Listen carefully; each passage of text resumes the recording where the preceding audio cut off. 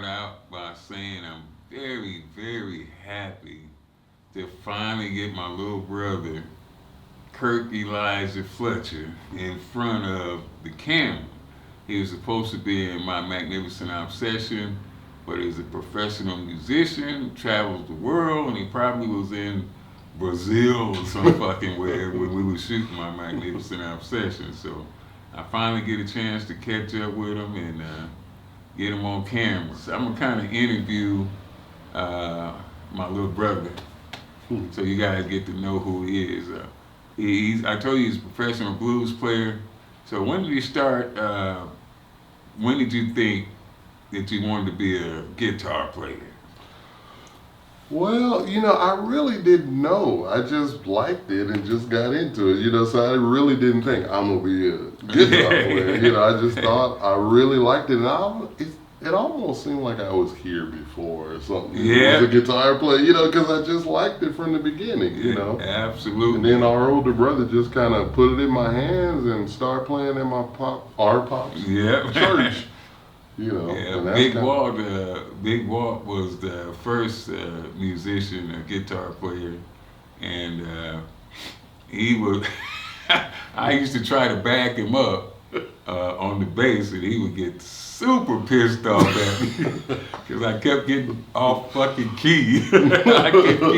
I only had a fucking couple chords to play, and I would fuck them up. I could go only so long before I fucked them two chords up, and he would be so mad at me.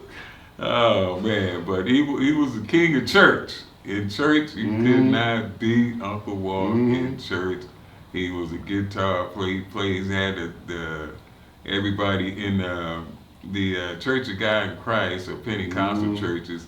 They shout, So when the music get good, people will be shouting, and Uncle Walt will be tearing it up. He got playing with his teeth from Jimi Hendrix, and you knew Uncle Walt was on fire when he put that guitar in his mouth and started playing with his teeth, and then people would be shouting. Pick him up off the seat. That's right, pick him right up off the seat. Uncle Walt would be playing James Brown, and B.B. King, and everything else, and they'd be shouting the Muddy Waters, and they'd be shouting and going on. I'd be smiling, he'd be smiling because he knew. And some of the some people would pick up on some of the stuff he was playing, and they'd be smiling. Playing some James Brown. Yeah, and they'd be shouting away, boy.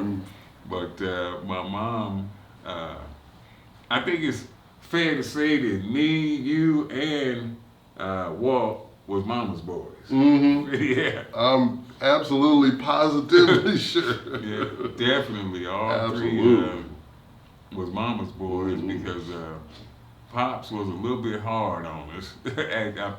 I'm sure you probably know if you know anything about me. You heard me talk about him before. But how was it growing up with moms and pops? Well,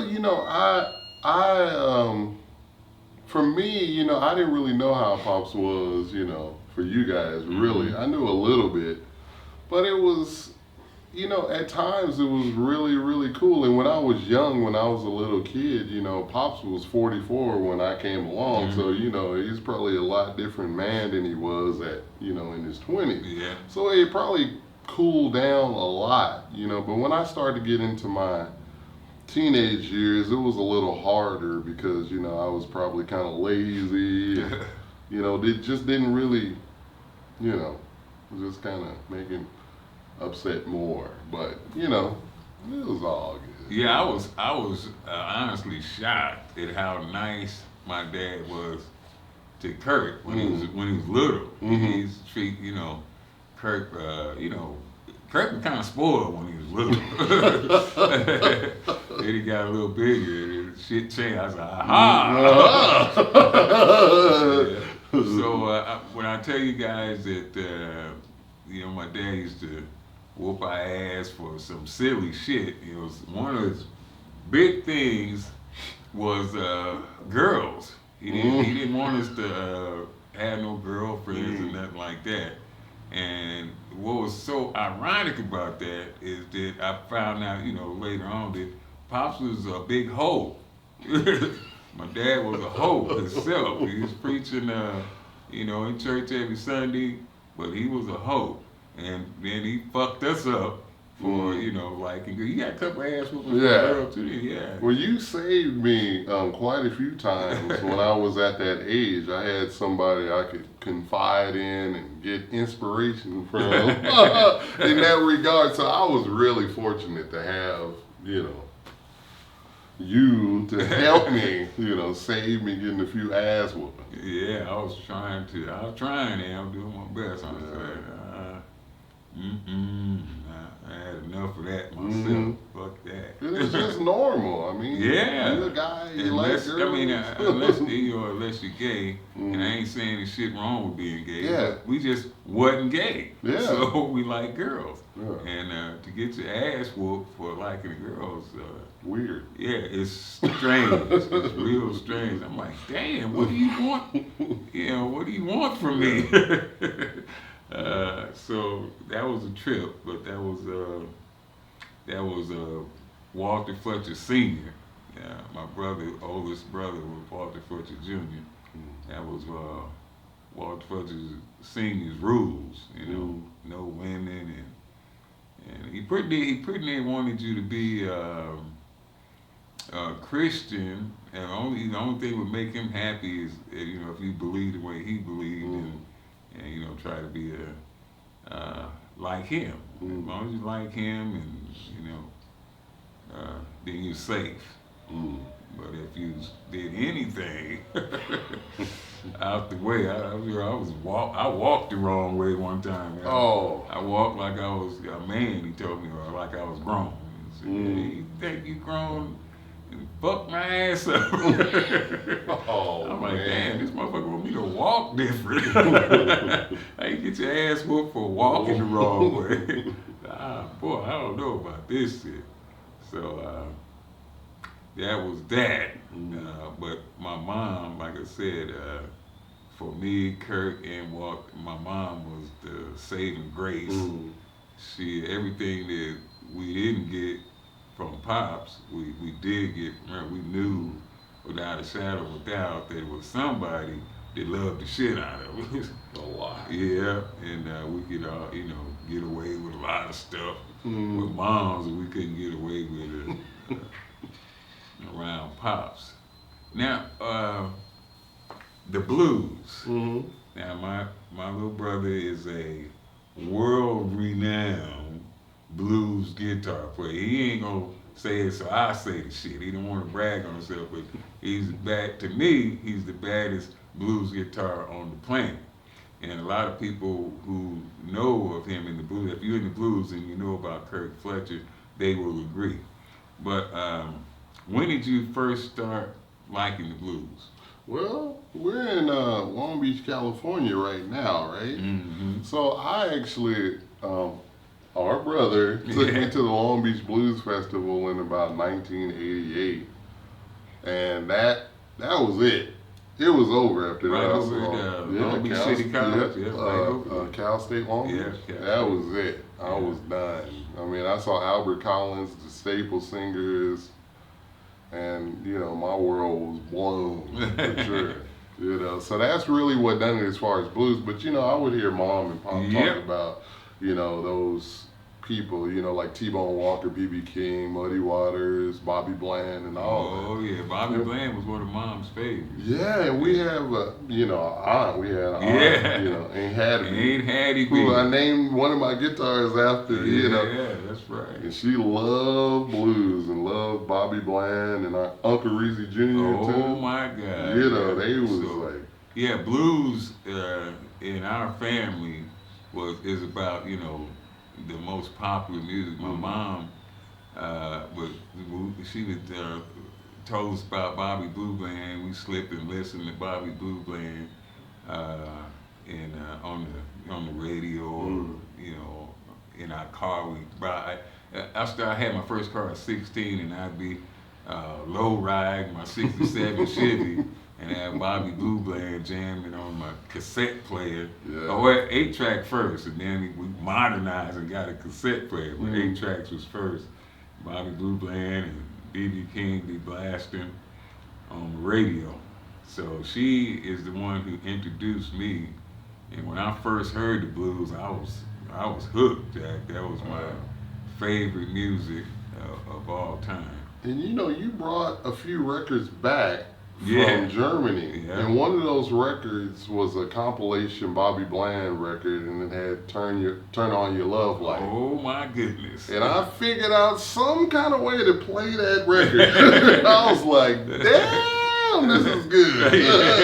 I mean, I was like 9 and figured it out quick that this is happening. Yeah, you know? that is right. Yeah. I was over in Turn Germany. On Your Love. I was like, damn, this is Yeah. everything I want to hear at 9 years old. Stationed in Germany. I like the blues that early too. Mm-hmm. I was stationed in Germany, and just to have memories of back home. Mm-hmm. You know, I found some blues albums, so I swooped that shit up and be playing it over there in Germany. I had to listen to B.B. King and Bobby Blue playing in Germany. Boy, I was, you know, proud of that.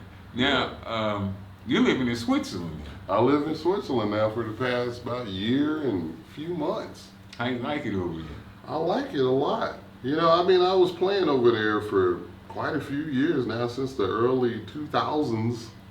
So I was pretty used to it, you know, the culture and the food and all over Europe. So how is the food like here? Well, certain parts, you know, have different things, you know, because it's funny. It's all kind of more smaller, and, you know, from where I live, I can get to Germany in an hour. Wow. Or France in, you know, a few hours. Wow. So it's that close, yeah. you know? So you get completely different cuisine wherever you go, Right, you know? right. Wow. So I really like it, and Italy is right there, so you get Italian food. Is it cold motherfucker over there though? It's cold. Ain't no doubt about it. It's cold. How long does summer last? Not long enough. Yeah, I know it. In Germany, we had about 2 weeks. Yeah, you know, Germany and Switzerland, that's right there. We had about 2 weeks of summertime, that's it. The rest of the time was cold. And it'd be hot, too. I'm Them 2 weeks. even it out a little. Yeah. It'd be cold as fuck for a couple of weeks. So I want to hear my little brother play. I love hearing him play. I mean, I'm partial because he's my little brother. But my mom also really loved to hear my brother play. And I would like him to play for you motherfuckers that ain't heard him play yet. Well, this is a little thing that we used to play in church, and all it is the blues, really. I mean, a song called "Don't Let the Devil Ride." Oh my God! There we go.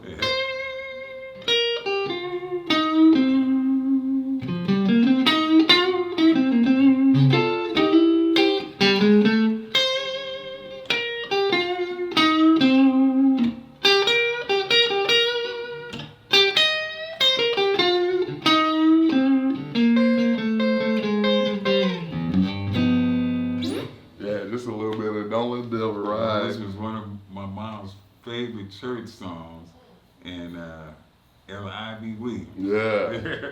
That's the first time I ever heard anybody play "Don't Let the Devil Ride." Was L.I.B. Williams was a traveling evangelist. It was one of my mom's favorites. All right, I'm gonna show off for my little brother. He ain't gonna show off. Give me some B.B. King.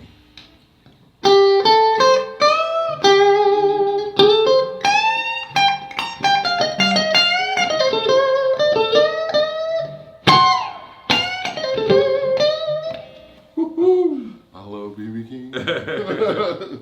Now, let's see. Your favorite blues man of all time, I'm going to guess. Well, I think B.B. King. Yeah. And then Howlin' Wolf is up there too. Yeah. You got any Howlin' Wolf in you?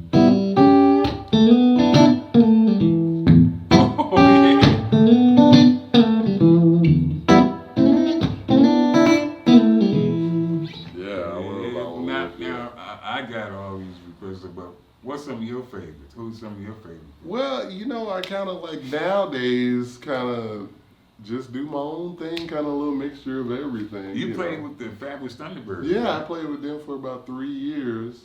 And Charlie Musselwhite, great harmonica player, singer, and played with Joe Bonamassa recently. Yeah. Yeah, that was a lot of fun. It's my good friend. And but yeah, my own thing is just kind of a mixture of all of the things I love. Kind of the gospel thing, the blues thing, kind of play.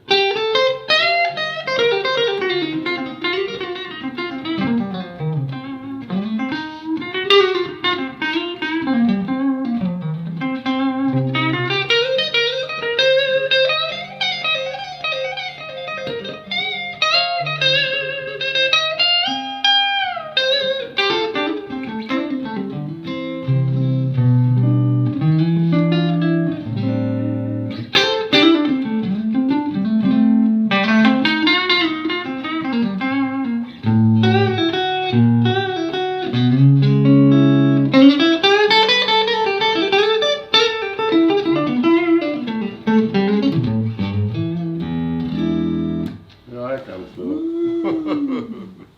Funk. Oh, funky stuff.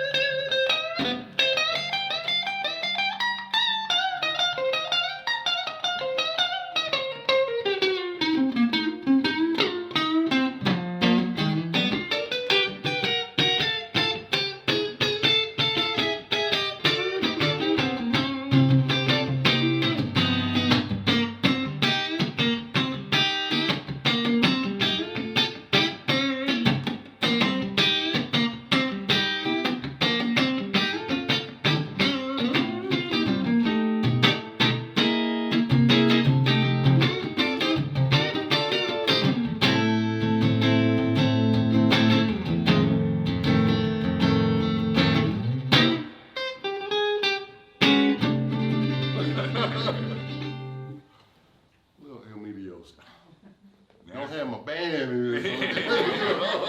Shit, you Gotta got make me. them. I don't gotta get that bass out. Somebody give me a bass so I can fuck it up. That's all right.